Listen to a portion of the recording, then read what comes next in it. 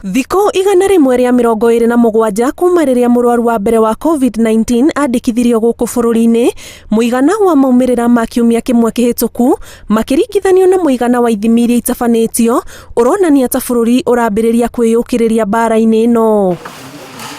Arwaru a mathaa 24 mahituku ni igana rimwe ria 18 aria matonanitie dalili cia murimu uyu magitongoria na wingi wa arwaru maumirira-ini ma mathaa 24 mahituku. From the cases, all are Kenyans except one foreigner.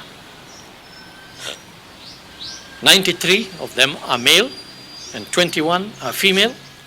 The youngest is a 1-year-old infant. The oldest is 85.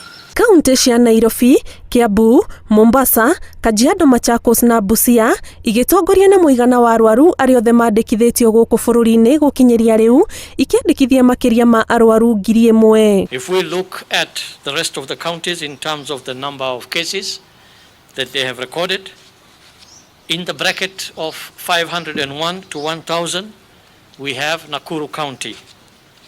In the bracket of 101 to 500 cases, we have 17 counties. In the bracket of 10 to 100 cases, the majority of counties fall in that bracket, and there are 21 of them. Na kuona murimu uyu uraheja ciiga cia njira ya huhirio, Ministry ya Ugima wa Mwiri ikiuga aria mahuthagira mbaki mithemba itiganite mari ugwati-ini wa kugia na mathina megemainie na njira cia huhirio. COVID-19 is a severe acute respiratory disease.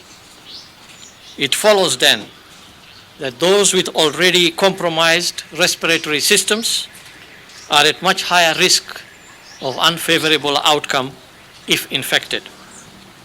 Clearly, smokers fall into this category. Ona gutuika muigana wa arwaru a COVID-19 thiko cia ikuhi uronekana ta uracoka thi, muingi ni urorio ndukoyo uyu tariguo muthia wa murimu uyu guku bururi-ini, indi uthie na mbere gutia mawatho maria magathikitwo ni ruhonge rwa ugima wa mwiri. Ngiribotera Inooro TV kuma kaunti-ini ya Nairobi, njitagwo Ani Ngigi wa Nyamu.